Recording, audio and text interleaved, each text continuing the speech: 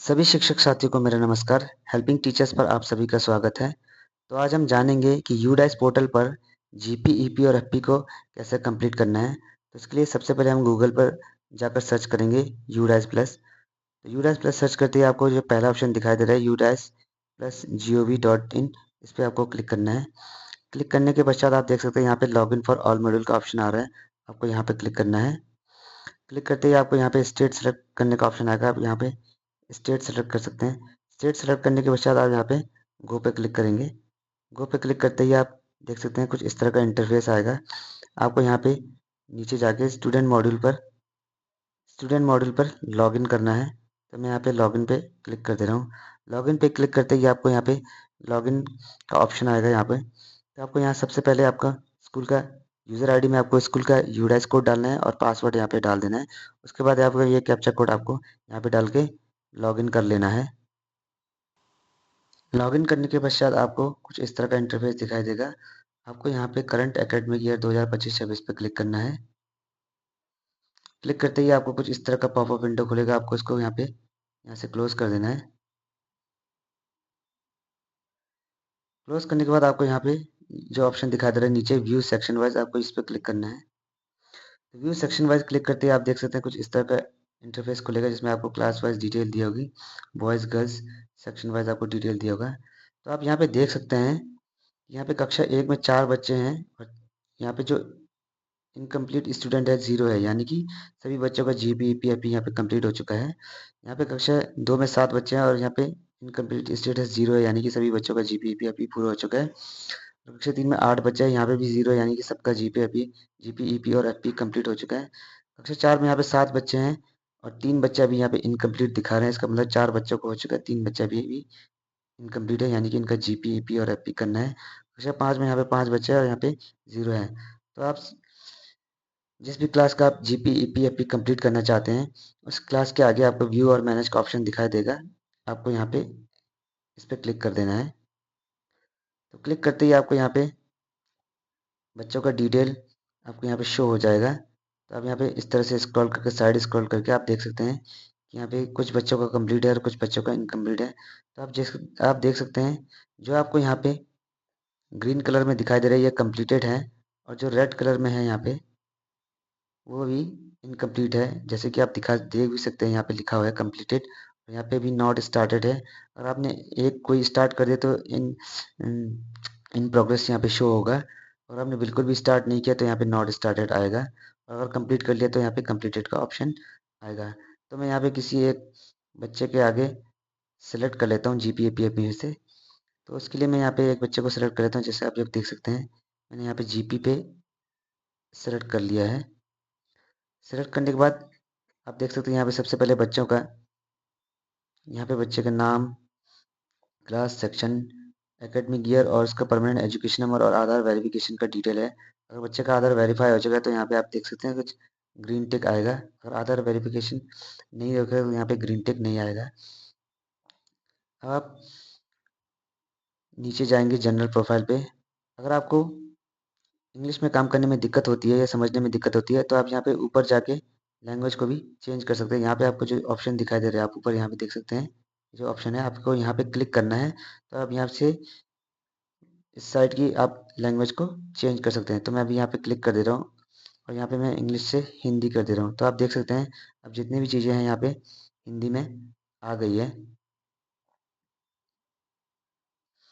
तो आपको यहाँ से बच्चे का सामान्य प्रोफाइल पहले कंप्लीट कर लेना है। इस बार आपको ज़्यादा कोई दिक्कत होने वाली नहीं है जीपीईपी भरते समय, क्योंकि सारे डाटा इस बार ऑटो फिल्ड ही आ रहे हैं। आपको सिर्फ 4 चीज़ें अपने पास रखनी है। बच्चे की हाइट, वेट, उसका एनरोलमेंट नंबर और उसका डेट ऑफ एडमिशन।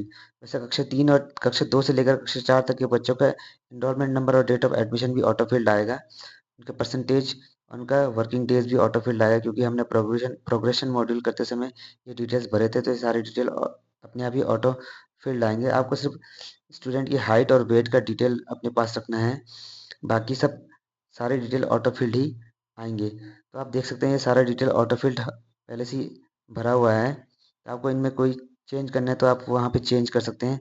अगर कोई चेंज नहीं करना है तो आपको सबसे पहले सीधे नीचे जाना है और यहाँ पे ब्लड ग्रुप सेलेक्ट करना है। अगर आपको बच्चे का ब्लड ग्रुप मालूम है तो बच्चे का ब्लड ग्रुप सेलेक्ट करेंगे, नहीं मालूम है तो आप जो सबसे नीचे वाला जो ऑप्शन है, जो अंडर इन्वेस्टिगेशन है, आपको इस पर क्लिक कर देना है। तो उसके बाद आपको यहाँ पे सेव कर देना है। बाकी डिटेल सारा आपका ऑटो फिल्ड आएगा। अगर इनमें आपको कोई चेंज करना है तो आप वो चेंज कर सकते हैं, नहीं तो ये सारा ऑटो फिल्ड है। अगर आपने पिछले साल इसका ये सारे डाटा सही से भरा है तो आपको इसमें कोई चेंज करने की आवश्यकता नहीं है। आपको सिर्फ ये नीचे ब्लड ग्रुप सेलेक्ट करना है, उसके बाद आपको यहाँ जमा करना है। तो देख सकते हैं जमा करने के बाद ये आपका जनरल जो डाटा है वो अपडेटेड सक्सेसफुली हो गया है। उसके बाद आप यहाँ पे जो अगला ऑप्शन है, यहाँ पे जो अगला ऑप्शन है उस पर क्लिक करेंगे। अब आपको यहाँ देख सकते हैं स्टूडेंट का नामांकन प्रोफाइल खुल गया, यानी कि ईपी खुल गया, एनरोलमेंट प्रोफाइल। अब आप यहाँ देख सकते हैं यहाँ पे भी जो सारा डाटा है वो ऑटो फिल्ड है। अब यहाँ पे देख सकते हैं स्टूडेंट का एनरोलमेंट नंबर, प्रवेश संख्या, उसका प्रवेश तिथि, बाकी सारा डिटेल आपको यहाँ पे सब कुछ ऑटो फिल्ड आएगा। आपको इस वाले पेज में आपको कुछ भी छेड़खानी नहीं करनी है, सारा डिटेल आपका पहले से ही फिल्ड है। आप देख सकते हैं यहाँ पे पिछली कक्षा में जो कुल प्राप्तांक हैं और पिछली कक्षा के कुल दिनों की स्कूल जाने वाले दिन बच्चा, यानी कि कितने दिन स्कूल आया था, वो भी आपने प्रोग्रेशन मॉड्यूल भरते समय आपने भर दिया था या भरवाया था आपने किसी के थ्रू। तो आप यहाँ पे इस बार इसमें कोई छेड़खानी नहीं करनी है, आपको सीधे सीधे यहाँ पे नीचे जमा कर लेना है। तो आप यहाँ पे जमा करे के ऑप्शन पे क्लिक कर लेंगे। उसके बाद हम नेक्स्ट करेंगे।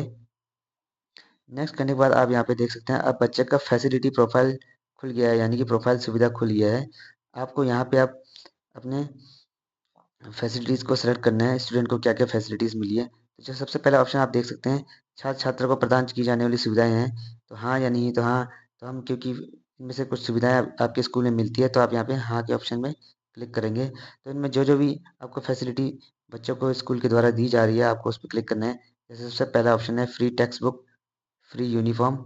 और अगर बच्चे को ट्रांसपोर्ट की सुविधा दी जा रही है, ये स्कूल में बस लगाया जा रहा है या आपको उसके बदले बच्चे को आने जाने के लिए पैसे दिए जा रहा है, तो आप यहाँ पे फ्री ट्रांसपोर्ट भी कर सकते हैं। अगर ये सब ट्रांसपोर्ट की फैसिलिटी नहीं है तो आप इसको छोड़ सकते हैं। वैसे आप बाकी अन्य जो सुविधाएं नीचे देख सकते हैं, ये जो एस्कॉर्ट वाला है ये वही है जो बच्चों को किराया मिलता है आने जाने के लिए। तो अगर ये सब मिलता है तो आप इस पर क्लिक कर सकते हैं, वरना ये दो तो सबको मिलता ही है, फ्री टेक्स्ट बुक और फ्री यूनिफॉर्म। तो आप इन दो पे क्लिक करके आप नीचे जा सकते हैं। उसके बाद आप यहाँ पे ऑप्शन देख सकते हैं कि विशेष आवश्यकता वाले बच्चों को प्रदान की जाने वाली सुविधाएं।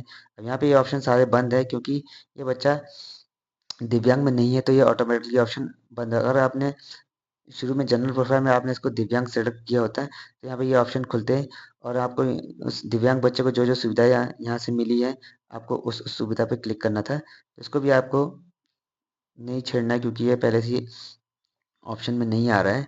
उसके बाद आप देख सकते हैं जो तीसरा ऑप्शन है यहाँ पे, क्या विशेष सीखने की क्षमता है यानी एलएसडी के लिए बच्चे की जांच की गई है। तो अगर हाँ, अगर उसको एलएसडी की प्रॉब्लम है तो हाँ करें, नहीं है तो नहीं करें। उसके बाद अगर उसे ऑटिज्म है, क्या ऑटिज्म स्पेक्ट्रम डिसऑर्डर है, तो अगर उसको हाँ है, अगर उसको ये डिसऑर्डर है तो हाँ करें, नहीं है तो नहीं पे ऑप्शन पे क्लिक करेंगे। उसके बाद आप देख सकते हैं क्या urgent attention deficit hyper active disorder उस बच्चे को है कि नहीं है, यानी कि एडीएचडी उस बच्चे को है कि नहीं। अगर हाँ है तो हाँ करें, नहीं तो नहीं करें। उसके बाद क्या छात्र की पहचान एक प्रतिभाशाली बच्चे के रूप में की गई है। तो अगर अगर वो बहुत ज़्यादा प्रतिभाशाली है, कुछ अचीव किया उसने, तो उसका आप यहाँ पे हाँ कर सकते हैं, अन्यथा नहीं कर सकते हैं। ये वैसे उन बच्चों के लिए होता है जो बहुत ही ज़्यादा एक्स्ट्रा ऑर्डिनरी बच्चे होते हैं, तो आप यहाँ पे उसको हाँ कर सकते हैं, नहीं तो आप उसको नहीं कर सकते हैं। उसके बाद क्या छात्र किसी राज्य स्तरीय प्रतियोगिता, राष्ट्रीय स्तर प्रतियोगिता, ओलंपियाड में शामिल हुआ है। अगर वो शामिल हुआ है तो हाँ करें, नहीं हुआ तो नहीं कर सकते हैं। उसके बाद क्या बच्चा NCC, NSS, scout and guides में भाग लेता है। ये नॉर्मली इंटर कॉलेज के बच्चों के लिए है, तो यहाँ पे आप ये ऑप्शन हमारे लिए नहीं है तो इसको नहीं कर सकते। एलिमेंट्री के लिए ये ऑप्शन नहीं है। क्या छात्र इंटरनेट सहित डिजिटल उपकरणों को संभालने में सक्षम है कि नहीं है। बच्चा mobile, laptop, smart board, desktop, projector पुनः प्राप्त करने, मूल्यांकन करने, संगठित करने के लिए कंप्यूटर का उपयोग या जानकारी रखता है कि नहीं रखता है। तो अगर वो सबको कर पा रहा है, इलेक्ट्रॉनिक डिवाइसेस का यूज़ कर पा रहा है, तो आप उसको हाँ कर सकते हैं। अगर नहीं कर पा रहे तो यहाँ पे आप नहीं के ऑप्शन में क्लिक कर सकते हैं। उसके बाद आपको यहाँ पे छात्र की लंबाई और छात्र का यहाँ पे वेट को डालना है। तो मैं यहाँ पे छात्र की लंबाई यहाँ पे डाल देता हूँ, उसका जो वेट भी यहाँ पे मैं डाल देता हूँ। इस बार सिर्फ यही दो डाटा है जो आपको रखना है। बाकी सारे डाटा आपका ऑटो फिल्ड आएगा, आपको सिर्फ चेक करना है कि ये सही है कि नहीं है। बाकी आपको कुछ भी करने की ज़रूरत नहीं है। तो मैं इसको यहाँ पे जमा कर दे रहा हूँ। जमा करने के पश्चात आप देख सकते हैं facility data has been saved successfully, ये भी सेव हो गया है। अब यहाँ पे आपको प्रीव्यू देखना है कि साहब आपने जो डाटा भरा है वो सारा सही है कि नहीं है। तो एक बार आप फिर से पुनः सारा डाटा चेक कर लेंगे। अगर आपको सब कुछ सही लगता है तो आप यहाँ पे डाटा अप्रूव करेंगे। डाटा अप्रूव करने के बाद आप देखते हैं are you sure you want to complete देता है, तो आप इसको ओके करेंगे। ओके करने के बाद आप देख सकते हैं डाटा कंप्लीशन इज कंप्लीट, आपका जो डाटा है वो कंप्लीट हो चुका है। अब आप नेक्स्ट स्टूडेंट पे जाना चाहे तो नेक्स्ट स्टूडेंट पे जा सकते हैं, या वापस से ओके करके वापस से आप डैशबोर्ड में मुख्य डैशबोर्ड में जा सकते हैं। जैसे कि आप यहाँ पे लिखा है ऑप्शन मुख्य डैशबोर्ड पर वापस जाएं, तो आप यहाँ पे क्लिक करके वापस से उसी डैशबोर्ड पे आ जाएंगे। फिर से आप यहाँ पे व्यू सेक्शन वाइज करेंगे। व्यू सेक्शन वाइज करेंगे तो व्यू सेक्शन वाइज करने के बाद आपको देखो फिर से वही डाटा खुल जाएगा। अभी मैंने देखो आप यहाँ पे देख सकते हैं कि अभी भी ये 3 ही बच्चे शो हो रहे हैं, जबकि हमने एक बच्चे का अभी अभी हमने जीपीईपी और एफपी जीपीईपी और एफपी को कंप्लीट किया है। तो ये 1-2 घंटे में रिफ्रेश होकर आपका ये संख्या 2 दिखाएगा। अभी तुरंत नहीं दिखाएगा, जब वो वेबसाइट रिफ्रेश होगी तो आपके ये डाटा अपने आप ही डाटा अपडेट हो जाएगा। तो अगर आपको नए बच्चे को किसी नए बच्चे का जीपीईपी कंप्लीट करना है तो आपको फिर से वापस से वही प्रक्रिया दोहरानी पड़ेगी। अब आपको यहाँ पे ध्यान ये देना है कि जब आप कक्षा 5 के बच्चों का जीपीईपी और एफपी करेंगे तो उनका एनरोलमेंट नंबर और डेट ऑफ एडमिशन एक बार ज़रूर चेक कर लें, क्योंकि अब ये बच्चे कक्षा 6 में जाएंगे तो ये हमारी जिम्मेदारी है कि इन बच्चों का सारा डाटा आप एक बार अच्छे से चेक कर लें और ये सुनिश्चित कर लें कि इनका सारा डाटा सही है। तो इस प्रकार से आप अपने मोबाइल से ही बच्चों के जीपीईपी और एफपी डाटा को कंप्लीट कर सकते हैं। उसी प्रकार कक्षा 1 में नए बच्चों को किस तरह से जोड़ना है, अन्य स्कूलों से बच्चों को किस तरह से इंपोर्ट करना है, उसके लिए आप यहाँ ऊपर आई बटन पर क्लिक करके आप मेरा ये वाला वीडियो भी देख। वीडियो को अंत तक देखने के लिए बहुत बहुत धन्यवाद। अगर ये वीडियो आपको हेल्पफुल लगी है तो आप please like share and subscribe कर दीजिएगा। धन्यवाद।